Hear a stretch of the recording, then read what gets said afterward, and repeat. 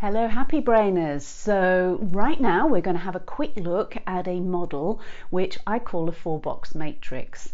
I think it probably needs a different name, but wait to see how useful this is going to be.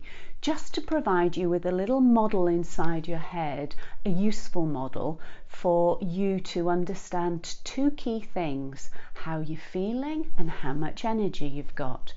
And this is important for yourself, but it's also important to help you to know where somebody else is experiencing their world right now. So the very simplest way to start is using our PES scale, our perceived emotion scale. And you will all have seen this by now, and if you haven't, well, welcome to it.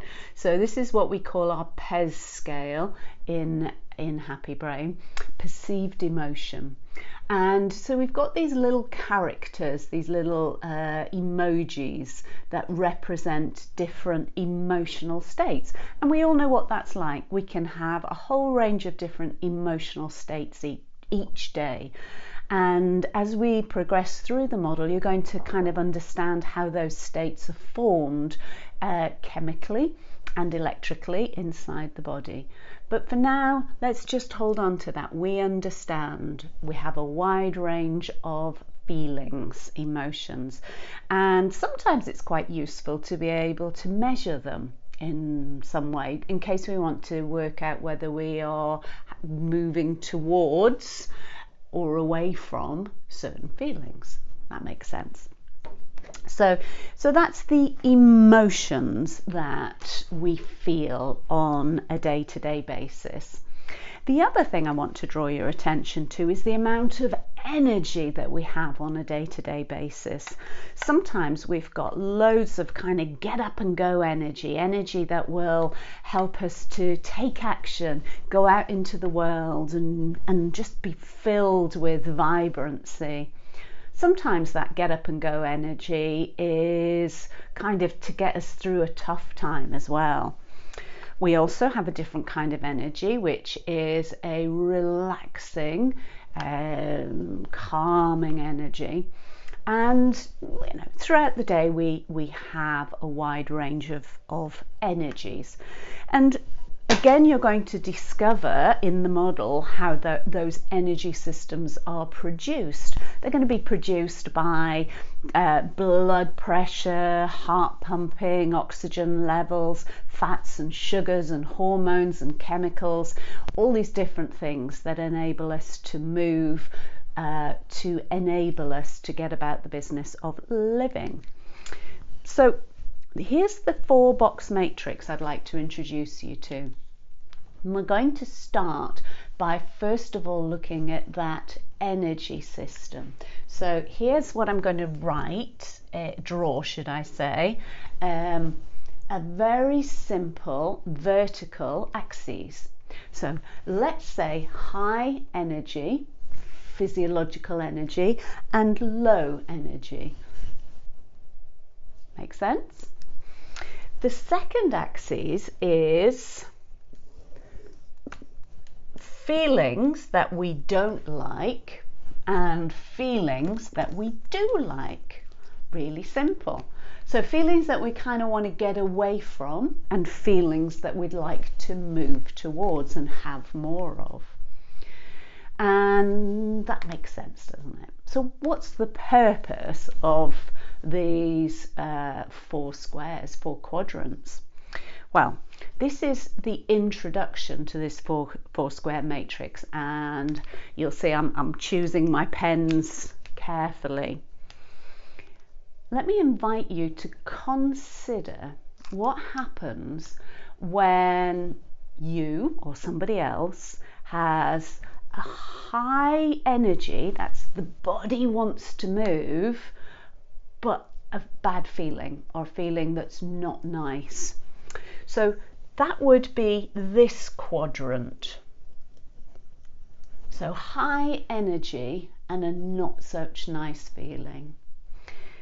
Let's call that sensation, because our thinking minds like to give labels and say, yes, that is So just for now, we're going to call this anxiety.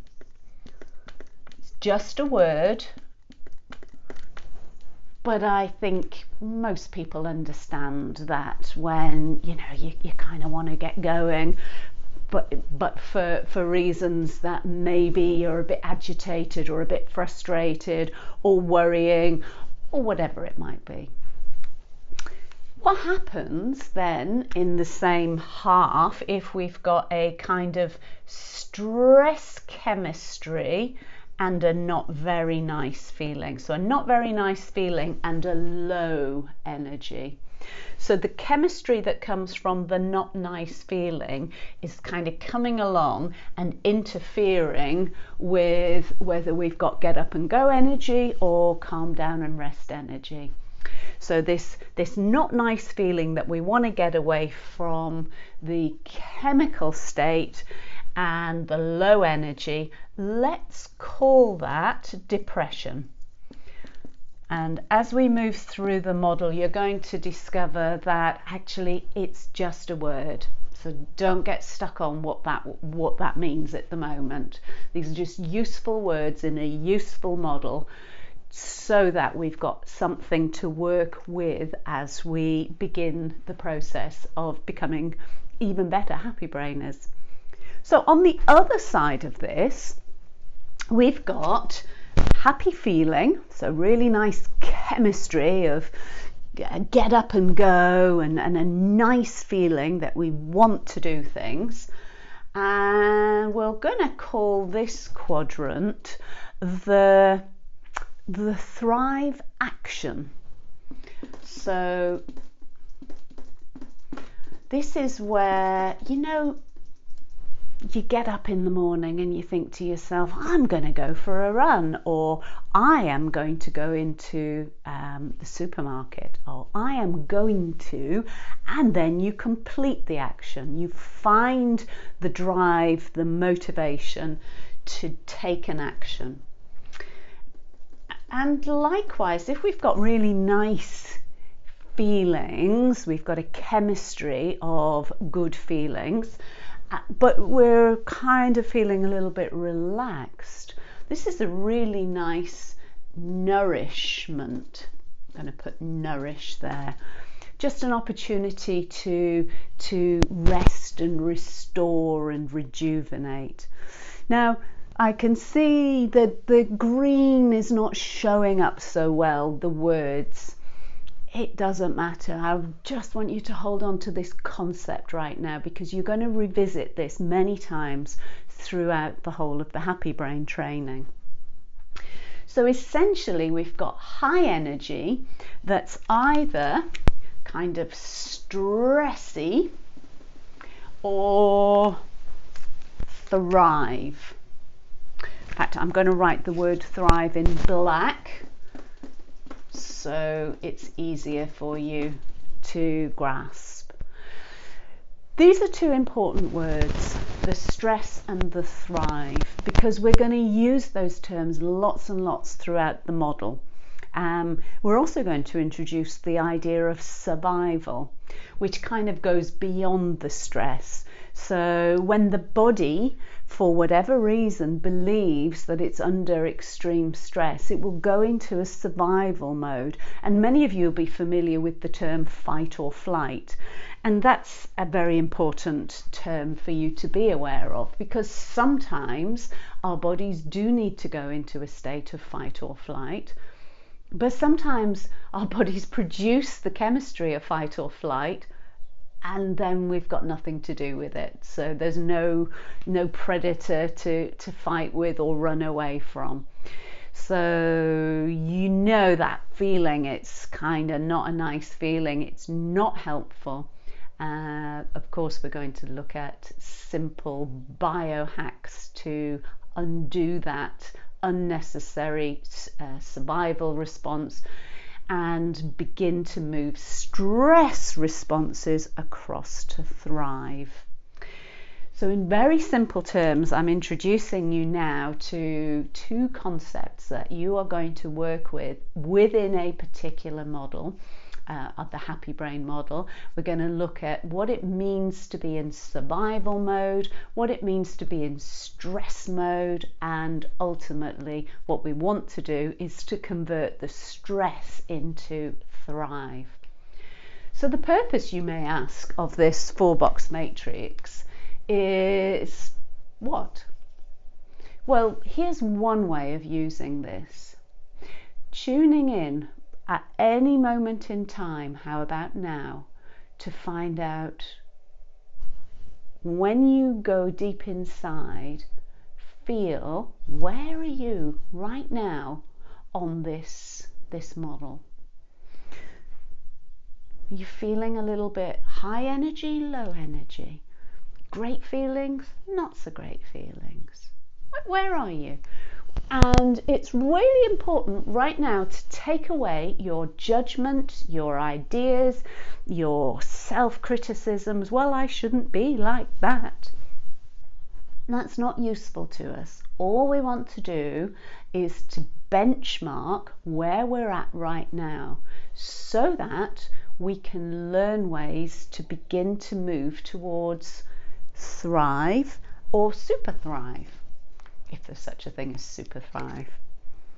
So it doesn't matter where you're at, and maybe you can think about, are you here or here or here or here or here, here, wherever, but taking a moment to go, yep, got you. Now, just like I showed you the PES scale earlier with the numbers on it, reminding you that, do you know, sometimes it's quite useful to measure where we're at so that we can measure improvement.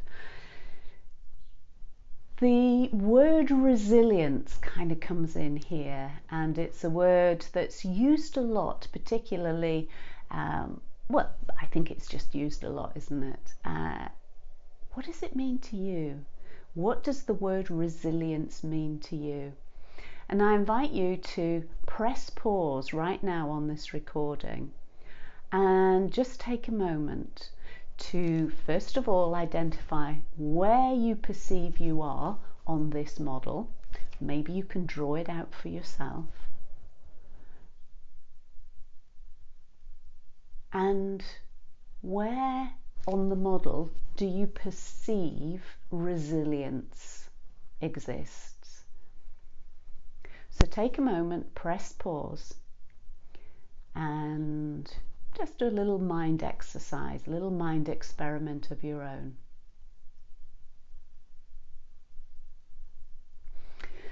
So now that you've identified where you are, or where you perceive you are at this moment in time on this model, and where you perceive resilience exists, you might also start to think, well, what about other people? What about people I come into contact with? I wonder where they're at on this model, because that's always useful information too. A lot of the work that I do around resilience, and certainly the happy brain model, is about teaching people how to come back to this stable point, this center point, on purpose. So no matter where you're at on this model at any moment in time, how do you bring yourself back to feeling stable? So it's like a still point, almost as if the balance of a seesaw is absolutely straight. And you'll see on the model that we use a seesaw to represent the emotional resilience, being able to tip the seesaw one way or another way and come back to center point. This is where we begin to understand how useful it is to drive our feelings and our brain chemistry and our body chemistry on purpose. So coming back to center point is a really important thing. I invite you now to press pause once more on this And when you press pause in a moment, I'd like you to feel what it feels like when you are balanced. How do you know that you're balanced? And anybody with any NLP training can experience the submodalities of balance. And what that means to somebody without any NLP training is, what are your 5 senses experiencing when you're balanced? What do you see? What do you hear? What do you feel, smell, or taste? And are there more subtle distinctions? Like maybe you kind of have to get yourself into a state of balance, and then there's a stillness. Is the stillness in your head, in your body, or somewhere else? So just press pause for a moment, and just as a little mind experiment, discover a little bit more about this center point of balance. So now that you've discovered this center point of balance, I have another question for you in this simple model. And the question I now have for you is,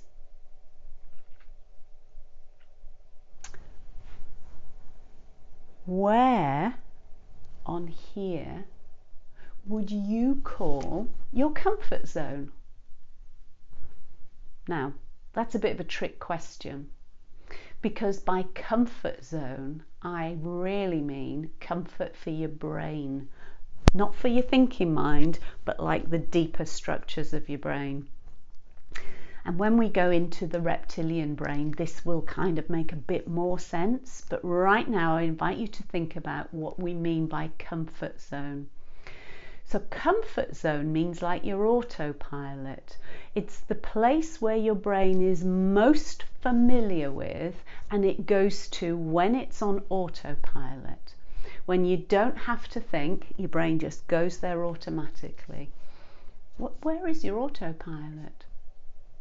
Just an interesting observation. If your autopilot, your comfort zone, what your reptilian brain perceives to be the go-to place is always over here, well, guess what? We're going to have to do something to drive it towards more of the thriving, which of course is our ultimate game, because we want to build a thrive state within ourselves and in other people.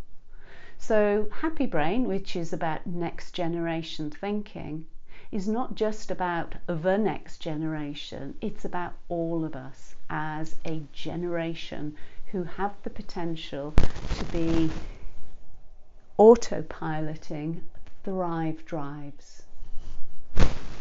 Just think about that for a moment. What do you think the impact on the world around you would be if most people were able to engage their thrive drives more easily on purpose? And that's the purpose of the modules that you're about to work through and discover more about how to engage thrive on purpose, with a purpose, and for a purpose. So until the next time, enjoy playing in this model just for a short time.